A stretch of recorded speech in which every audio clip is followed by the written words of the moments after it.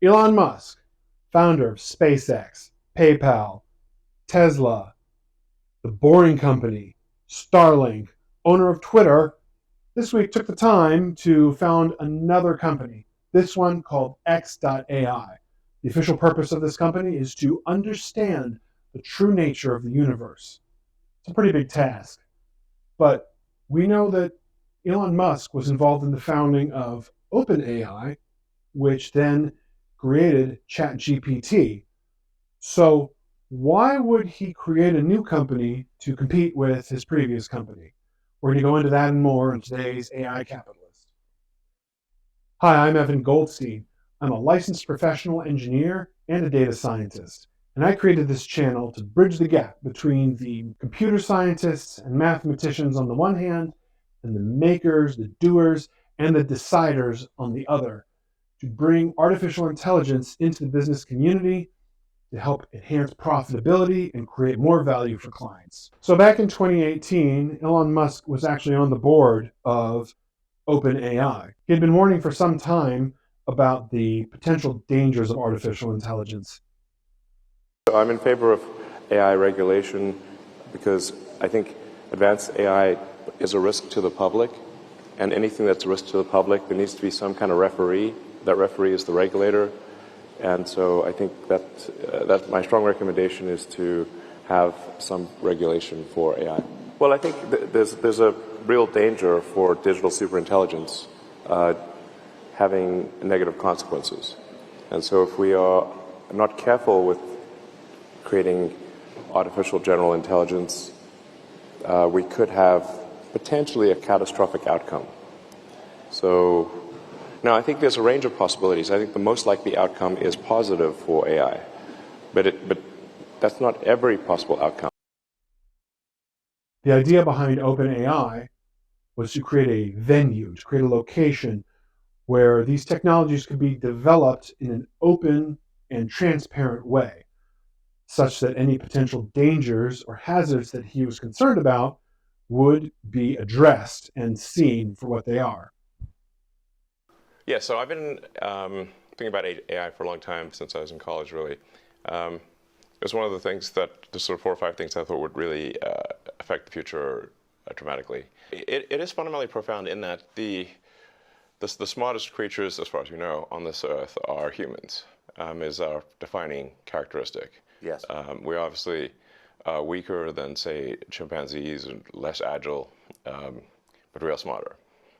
So now what happens when something vastly smarter than the smartest person comes along in silicon form? It's very difficult to predict what will happen in that circumstance.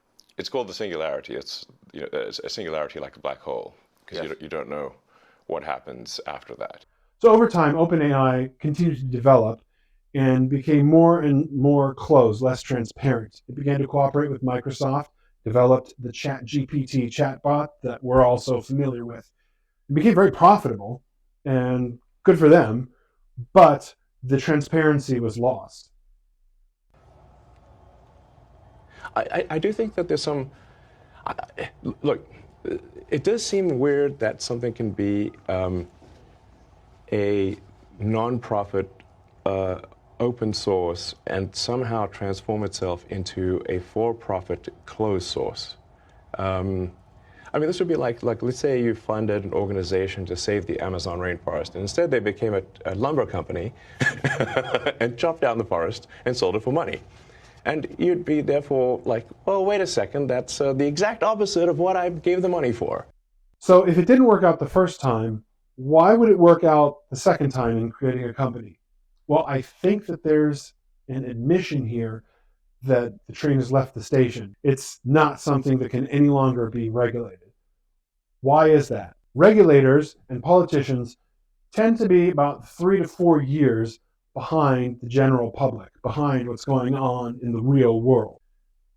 So let's suppose that they were to come out with some method of regulating or controlling or slowing the growth of artificial intelligence. By the time they were able to pass the legislation, we'd be on ChatGPT 12. We're talking super intelligence by then, right? At the rate things are going, super intelligence is something to consider. Super intelligence being something that is more intelligence than humanity. The other issue here is, suppose regulators were to regulate artificial intelligence, how exactly do you define? I mean, my hand calculator doing 1 + 1 = 2, giving you an answer, showing that to someone in 1952 would appear to be artificial intelligence.